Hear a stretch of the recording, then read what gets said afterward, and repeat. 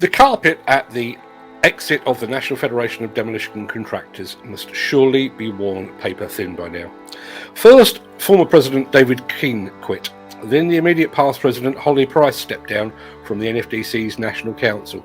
Just last week we reported that Northwest Regional Chairman Paul Johnson had resigned, and the mass exodus continues with the news that former President and Honorary Life Vice President David Darsey has resigned in the most significant departure to date.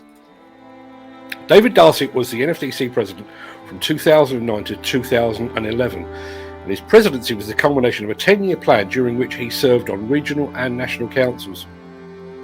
During his ascendancy through the Federation ranks, he had built a team around him at his company Erith Group to allow him to focus on NFDC matters.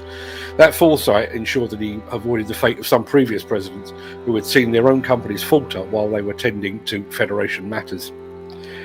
Darsey had the great misfortune of inheriting the NFDC chains of office just as the UK was plunged into the longest, deepest recession in living memory.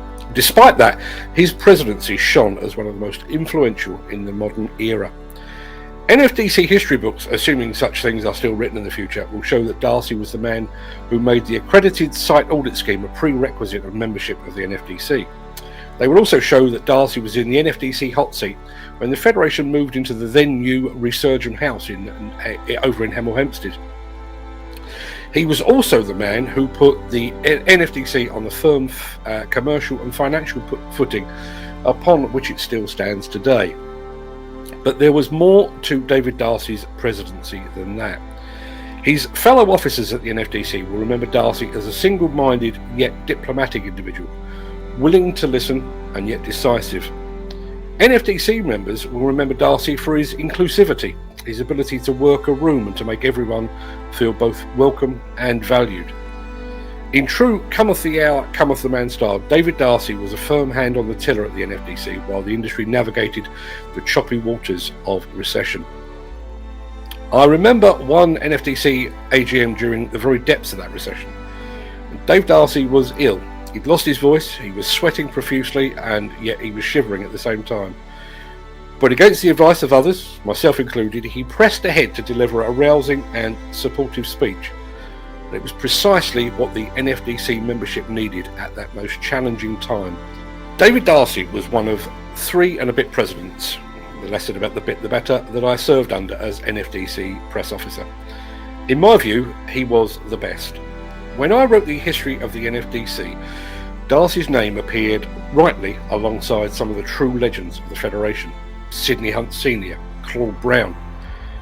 But my personal recollections of David Darsey extend far beyond his role as president or as honorary life vice president. I remember him fighting back tears when he explained why he was backing the Lilly Foundation charity during his presidency, his tough exterior momentarily slipping to give an unexpected show of his humanity.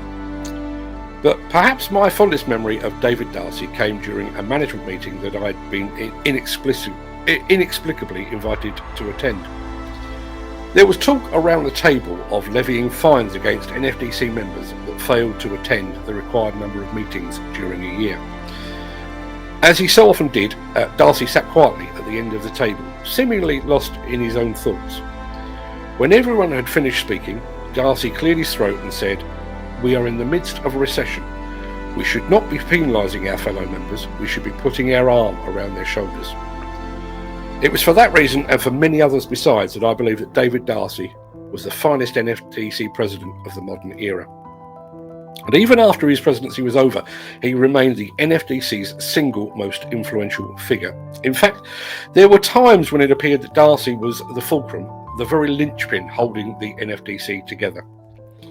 Speaking exclusively to Demolition News, Darsey said that he had thought long and hard before tendering his resignation. But he said the time was right to, as he put it, remove himself from the pantomime. Even setting aside the fact that Darsey's departure follows hot on the heels of the resignation of David Keane, Holly Price, and most recently Paul Johnson, his leaving feels like the end of an era. The NFDC will be greatly diminished by his departure. And it does beg a question. Just how many high-profile and respected individuals need to quit before questions are asked about why.